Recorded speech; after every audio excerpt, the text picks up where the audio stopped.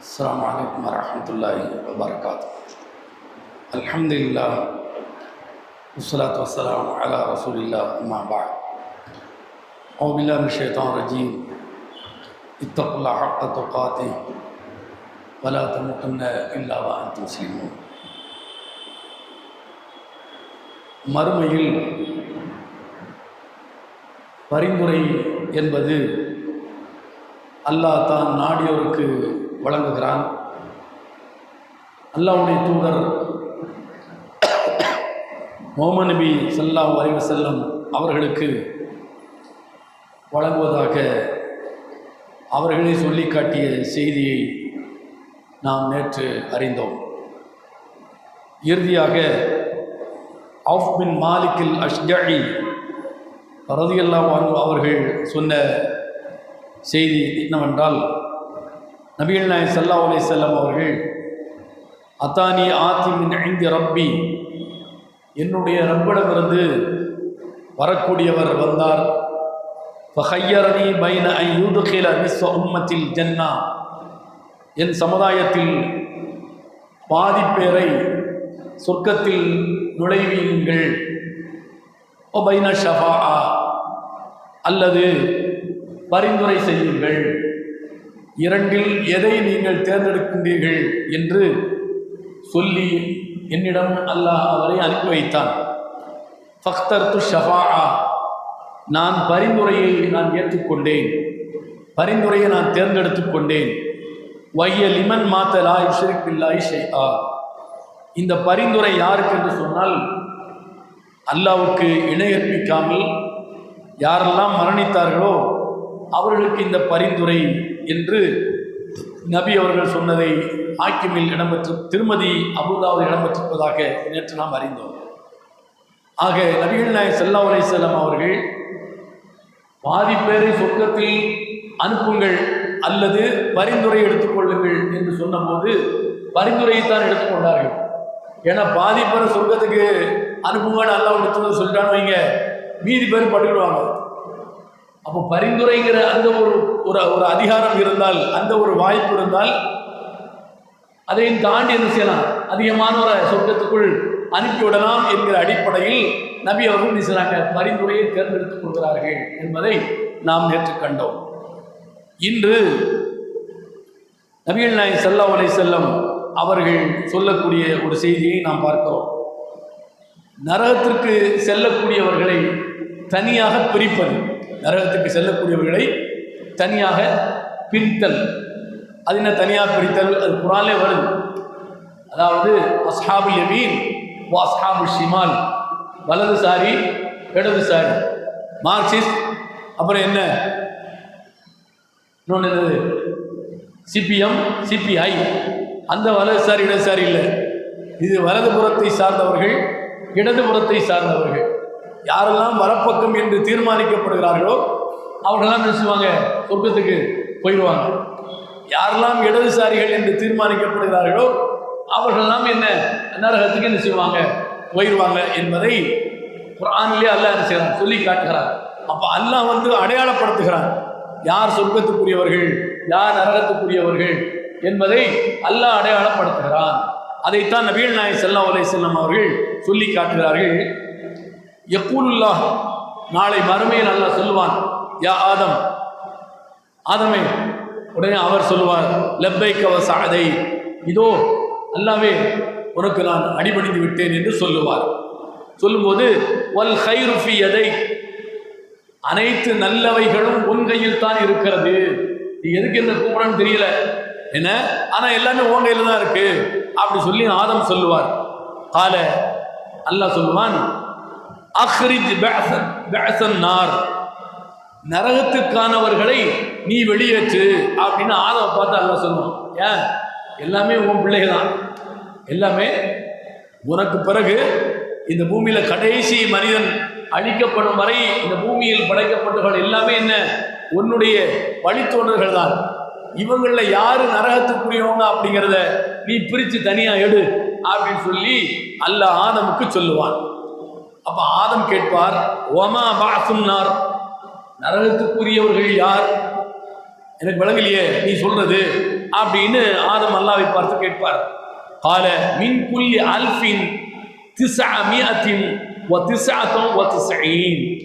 அப்போ அல்லாஹ் சொல்லுவான், ஒவ்வொரு 1000த்திலும் 999 பேரை நரகத்துக்கு பிரிச்சிரு அப்படின்றான். ஒவ்வொரு 1000த்திலும் 999 பேர் நரகத்துக்கு அப்படின்னு சொல்லி அல்லாஹ் சொல்லுவான்.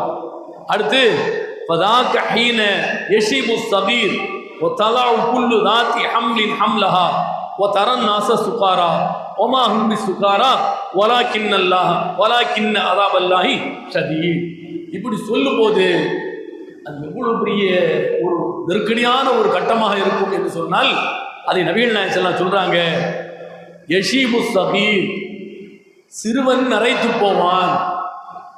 40 வயசுக்கு மேலே என்ன செய்யும், 1 2 சொல்லி என்ன செய்யும், நிறை வர ஆரம்பிக்கும்.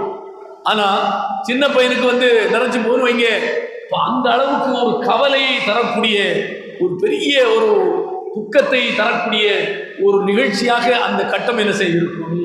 சிறுவனுக்கு என்ன முடி நரைக்க ஆரம்பித்து விடும், சிறுவனுக்கு முடி நரைக்க ஆரம்பித்து விடும்.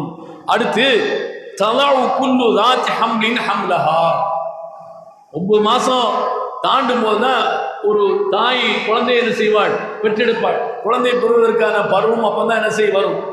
6 மாசத்துல என்ன பிறகுன்னு வைங்க, அது புறப்பிரசவம், அதுல ஏதோ கோளாறு இருக்குன்னு சொல்லி என்ன செய்வாங்க, எடுத்துக்குவாங்க. 7 மாசமும் புறப்பிரசவம் தான், 8 மாசமும் என்ன புறப்பிரசவம் தான், சரிங்களா. அப்போ ஏதோ அந்த தாயினுடைய உடல்ல ஏதோ ஒரு கோளாறு இருக்குது அப்படின்னு சொல்லி என்ன செய்வாங்க, வைத்தியம் செய்வார்கள். ஆனால் அந்த பருவம் வருவதற்கு முன்னரே இந்த நெருக்கடியான இந்த காலகட்டத்தில் கருவுற்றிருக்கிற பெண் அவள் தன்னை அறியாமலேயே அந்த கருவை பெற்றெடுத்து விடுவாள், குழந்தையை பெற்றெடுத்து விடுவாள். அந்த அளவுக்கு ஒரு பெரிய ஒரு பயம், ஒரு நடுக்கம் திடுக்கம் என்ன செய்யும், ஏற்பட்டு விடும். அடுத்து தரநாச சுகாரா, மக்கள் எல்லாம் தரநாச சுகாரா, மக்கள் எல்லாம் போதையில் இங்கும் அங்குமாக அலைவாய்வதை போன்று நபியை நீர் பார்ப்பாய். போதையில் மக்கள், தண்ணி போட்டவன் எப்படி, அவனுக்கு எந்த பக்கம் போகணும்னே தெரியாது, அவன் நேர போகிற மாதிரி இருக்கும். ஆனால் அவன் கிழக்கு பக்கமாக என்ன அவன் போய்கிட்டே இருப்பான், வலது பக்கமாக என்ன வண்டி போகும், அவன் இடது பக்கமாக போகணும்னு நினைப்பான். ஆனால் என்ன பின்னன் பக்கமாக என்ன போய்கிட்டே இருப்பான். எப்படி 2 வீலரில் காற்று இறங்க ஆரம்பிச்சுன்னு வைங்க, நம்ம கண்ட்ரோலில் வண்டி இருக்காது, அது இழுத்து இழுவைக்கு என்ன செய்யும், தெற்கு பக்கமாக வடக்கு பக்கமாக என்ன செய்யும், வண்டி இழுக்கும்.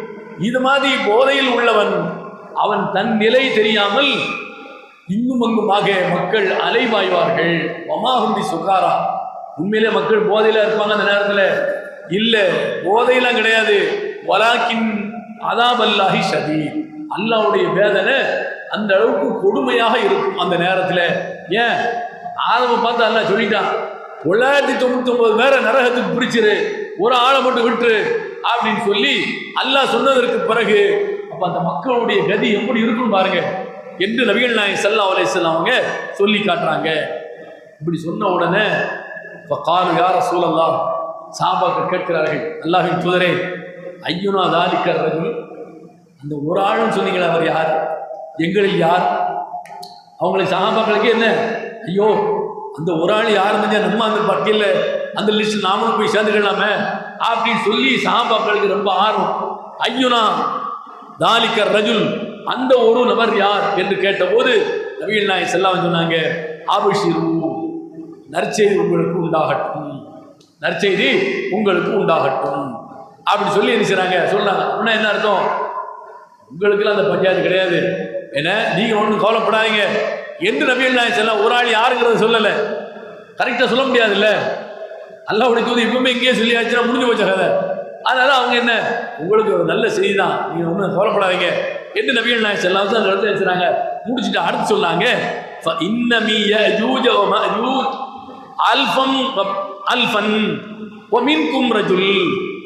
அடுத்து என்ன நபிகள் நாயகம் ஸல்லல்லாஹு அலைஹி வஸல்லம் சொல்றாங்க, யஜூஜ் மஜூஜ்ல இருந்து 1000 பேர் என்ன செய்வாங்க, நரகத்துக்கு போவாங்க. யஜூஜ் மஜூஜ்ல இருந்து 1000 பேர் என்ன செய்வாங்க, நரகத்துக்கு போவார்கள் என்று நபிகள் நாயகம் ஸல்லல்லாஹு அலைஹி வஸல்லம் அவங்க என்ன செய்றாங்க சொல்லி காட்டினாங்க. ஒ மின்கும் ரஜுல், உங்களில் ஒரு ஆள் என்ன செய்வாங்க, போவாங்க. ஒ மின்கும் ரஜுல்.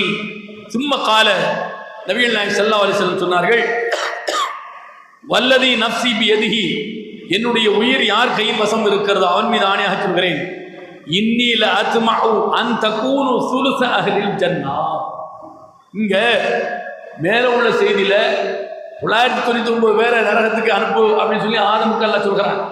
அப்போ ஒரே ஒரு இது 100ல் எத்தனை சதவீதம் அப்படிங்கிறது என்ன சொல்ல முடியாது.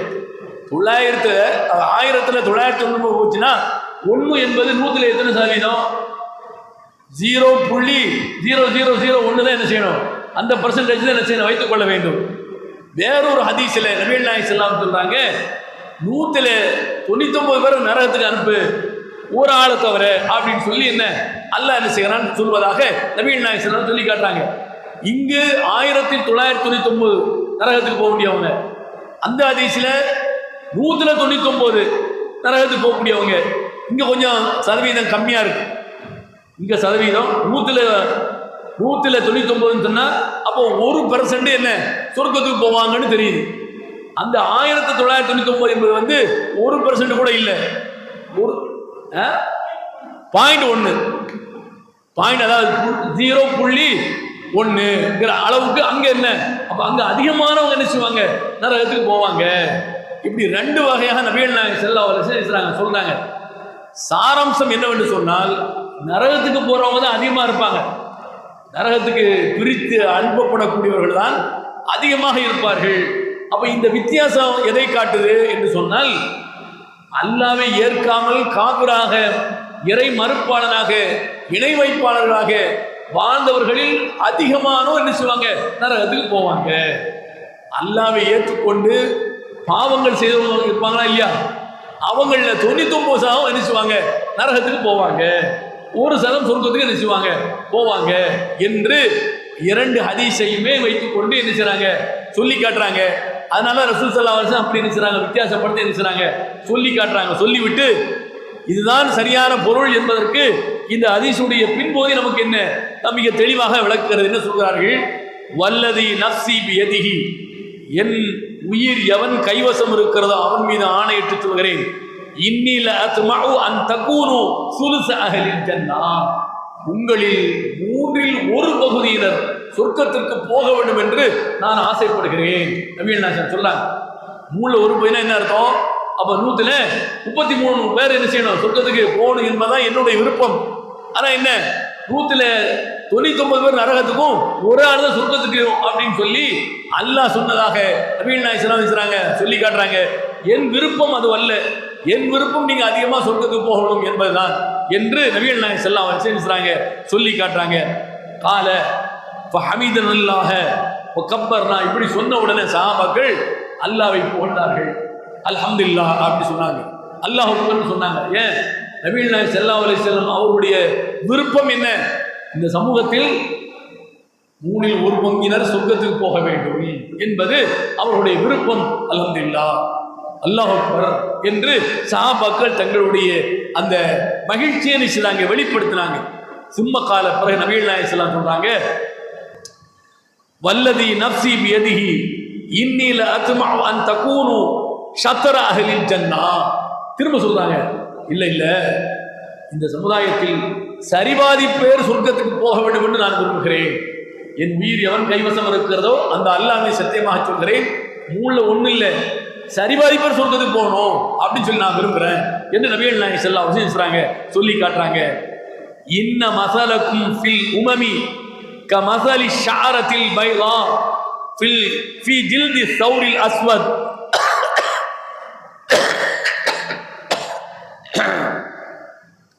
அதாவது இந்த சமுதாயத்தில் உங்களுக்கு ஒரு உதாரணம் என்னவென்று சொன்னால், அல்லாஹ் மீது ஆணையிட்டு சொல்கிறேன், இந்த சமுதாயத்தை ஒப்பிடுகிற போது நீங்கள் கருப்பு காளை மாட்டின் தோலில் உள்ள வெள்ளை முடியை போன்றவர்கள்.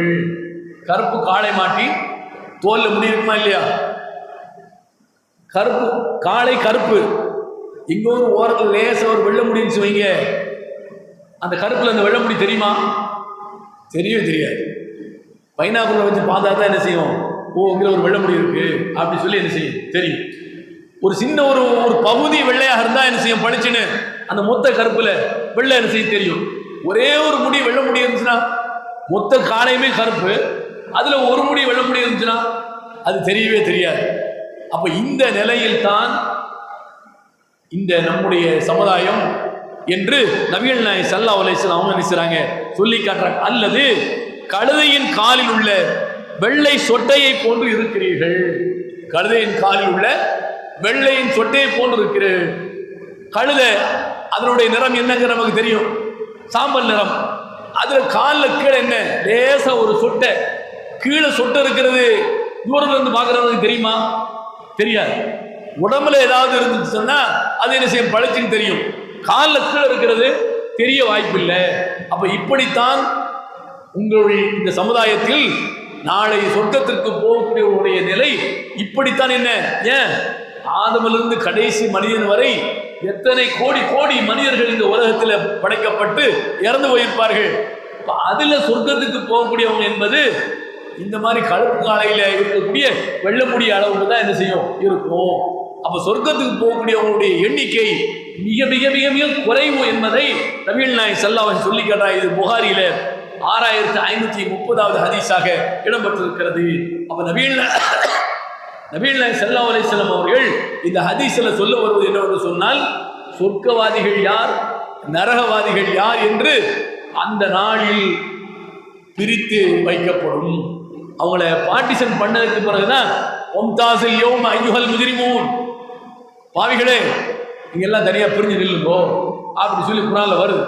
ஒம்தாஸில் யௌம் அய்யுஹல் முஜ்ரிமூன், பாவிகளே நீங்க தனியா போங்க, பிரிஞ்சிருங்க, நல்லவங்களோட நிக்காதீங்க, நீ தனியா பிரிச்சிருங்க என்று அல்லாஹ் சொல்லுவான். அது எப்படி பிரிக்கிறான்னு சொன்னா, ஆதம வைத்து என்ன செய்கிறான், இது எல்லாமே சந்ததிகள் தான், நீனே அவங்களை பிரிச்சிரு என்று அல்லாஹ் ஆதமுக்கு சொல்லுவான். ஆதமுக்கு சொல்லி அவர் பிரிக்கும் போது அல்லாஹ்வுடைய தூதர் என்ன செய்வாங்க, அல்லாஹ்விடத்தில் அரிசை பிடித்துக் கொண்டு சாஷ்டாங்கமாக வீழ்ந்து கிடப்பார்கள். அல்லாஹ் என்னாச்சு, எழுந்திரு, கேட்பது கிடைக்கும், பரிந்துரை செய், உன் பரிந்துரை ஏற்றுக்கொள்ளப்படும் என்று நபிக்கு சொல்கிற போது நபி அவர்கள் இந்த உம்மத்திற்காக வேண்டி என்ன செய்வாங்க, பரிந்துரைப்பார்கள். அவர்களுடைய பரிந்துரையால் இந்த சமுதாயம் என்ன செய்யும், சொர்க்கத்திற்கு போகும் என்பதை இந்த ஹதீஸிலிருந்து நாம் புரிந்து கொள்கிறோம். இன்ஷா அல்லாஹ் நாளை சொல்லுவோம்.